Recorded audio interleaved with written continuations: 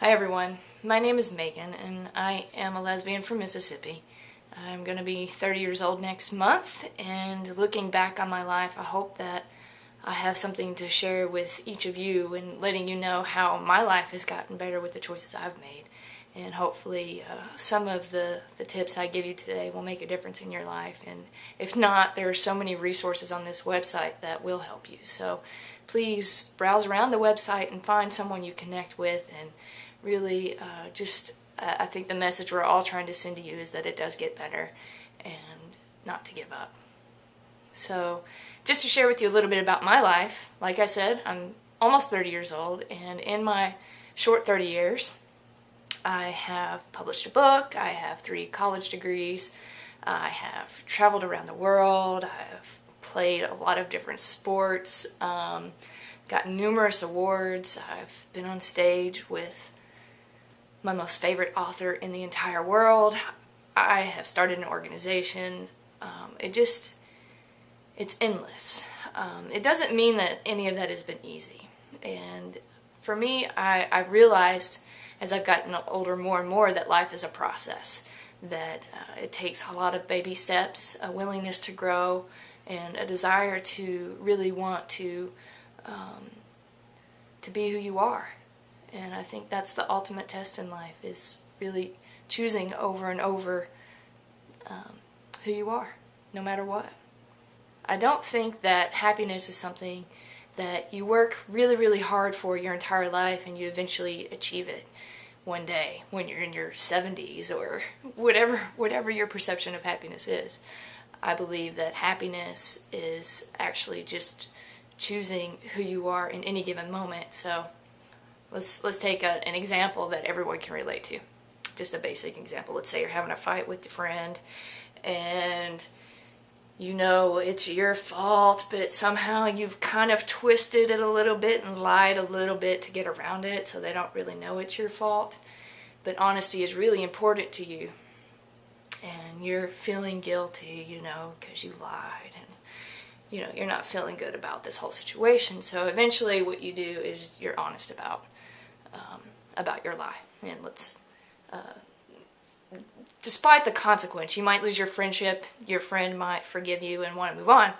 The important thing is to be who you are, and even to be honest and be truthful with who you are when you don't know what's going to happen. I think the people I admire most in life are the people who have stood in the face of controversy, and have stood up to maybe what the majority has not believed in. I saw The Help this past weekend, and if you haven't seen it, please go see it. It's so inspirational. And when the maids all came together for a common purpose and were going to publish this book despite whatever was going to happen, even possibly being killed for making that decision, they still did it. And those are the types of things I admire, the everyday person who stands up for what they truly believe in, for who they are. I believe that's happiness. I believe it's freedom. I believe that we all have those characteristics and qualities. I also think it's important for you to know you're not alone. There are people out there who can help you, that can help you take those baby steps in life to find who you want to be in the world or what decisions you want to make. And I think it's important for you to take responsibility for your choices and to find whoever it is that can help you and go for it. Life is ahead of you. There are so many possibilities out there. I think it's very clear that there's a lot of work to do with discrimination in the world, and that it's up to us to let that cycle of discrimination end with us.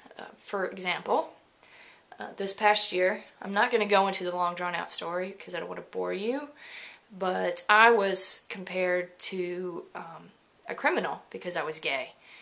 And that's a pretty big insult in my mind. And I think about 8 years ago, I might have responded with anger and retaliation. But over the years, since I've really figured out who I want to be, I decided that I was just going to stop working for this person who made the allegation and set that boundary and never go back. But I didn't have to retaliate with anger in order to do that. So I think when we're discriminated against, please get your anger out. Do it constructively. You know, for me, I'm telling all my secrets today. For me, I'll get a baseball bat and go outside and just swing it at the ground until I can't feel that anger inside of me anymore. I believe that's constructive. I believe it's active, and I can let it go and move on and be who I want to be by making that choice. So rejection, I think, is a part of life. It's something we all experience, no matter if it's with our religious beliefs, our skin color, our sexual orientation, whatever it may be. I think we all experience some form of rejection, even if it's our mom when we're little kids telling us no, not to do something when we really want to do it. So we all share that emotion and that feeling. So we're not alone. We're not alone in that feeling, no matter who you are. We all experience it. We all experience it. Get help if you need help. If you are down as low as you can be, I've been there too, there is someone who can help you. There is always someone who will be there for you. All you have to do is ask. Just ask. It's that simple. I truly believe in the goodness of all people.